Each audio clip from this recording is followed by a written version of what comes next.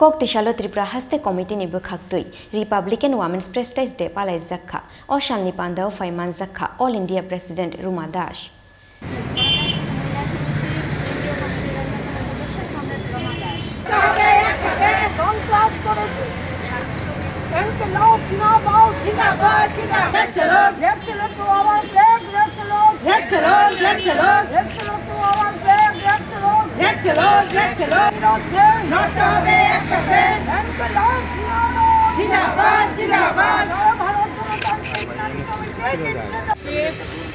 বারোই মার্চ 2023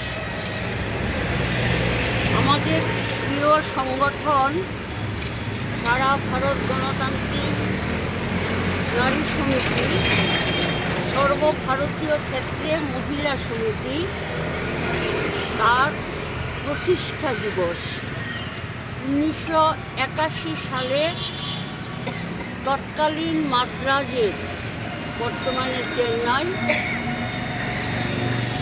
ধর্মরাজ হলে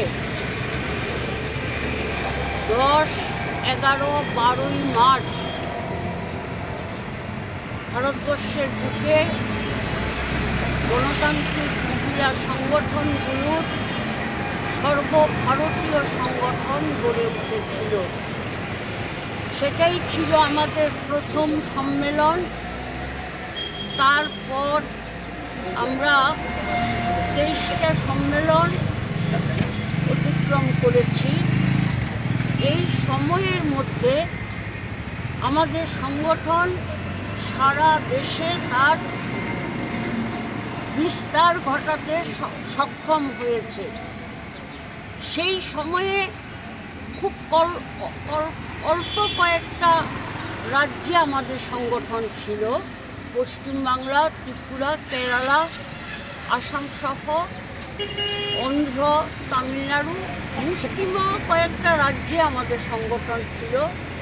কিন্তু বিগত বছরগুলোতে নারীদের বিভিন্ন দাবি দেওয়া, অর্থনৈতিক, সামাজিক এবং রাজনৈতিক মর্যাদা বৃদ্ধি, নারীর উপরে নির্যাতন, শোষণ, এইসবের প্রতিবাদে ধারাবাহিক লড়াই করতে করতে সংগঠন তার পরিধি এবং সাংগঠনিক শক্তি ব্যাপকভাবে বৃদ্ধি করেছে। গোটা দেশের মধ্যে এখন সারা ভারত গণতান্ত্রিক মহিলা সমিতি এডোয়া এডোয়া হচ্ছে সর্ববৃহৎ সুসংগঠিত একটি নারী সংগঠন। মেয়েদের অধিকারের প্রশ্নে, রাজনৈতিক ক্ষমতায়নের প্রশ্নে আমরাই লড়াইয়ের প্রথম সারিতে। তো আজকে ত্রিপুরায় একটা প্রতিকূল এবং ভয়ঙ্কর সন্ত্রাসজনিত পরিস্থিতির মধ্যে আমরা আমাদের প্রতিষ্ঠা দিবস উদযাপন করছি। আপনারা সবাই জানেন, এই যে নির্বাচন গেল, রাজ্য বিধানসভা 13দশ বিধানসভা নির্বাচন, এই নির্বাচনের পরে ভোট গণনার পর 2 তারিখের পর থেকে আজকে 12 তারিখ বলগাহীনভাবে সারা রাজ্যে বামপন্থী গণতান্ত্রিক আন্দোলনের কর্মী, সংগঠন এবং সাধারণ মানুষ যারাই নাকি ভোট দিয়েছেন তাদের বিরুদ্ধে আজকে চরম প্রতিহিংসামূলক আক্রমণ সংগঠিত করা হচ্ছে।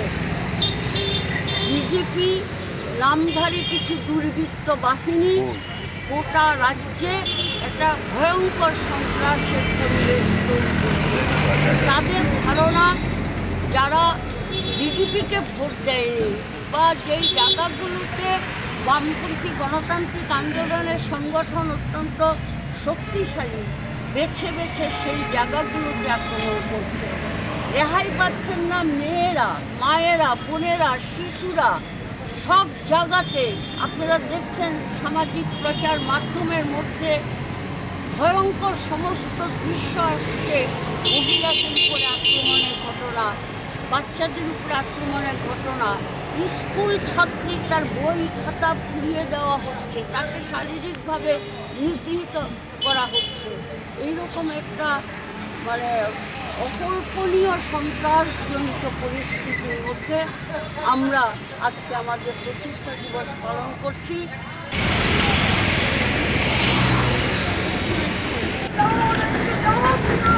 জিন্দাবাদ জিন্দাবাদ।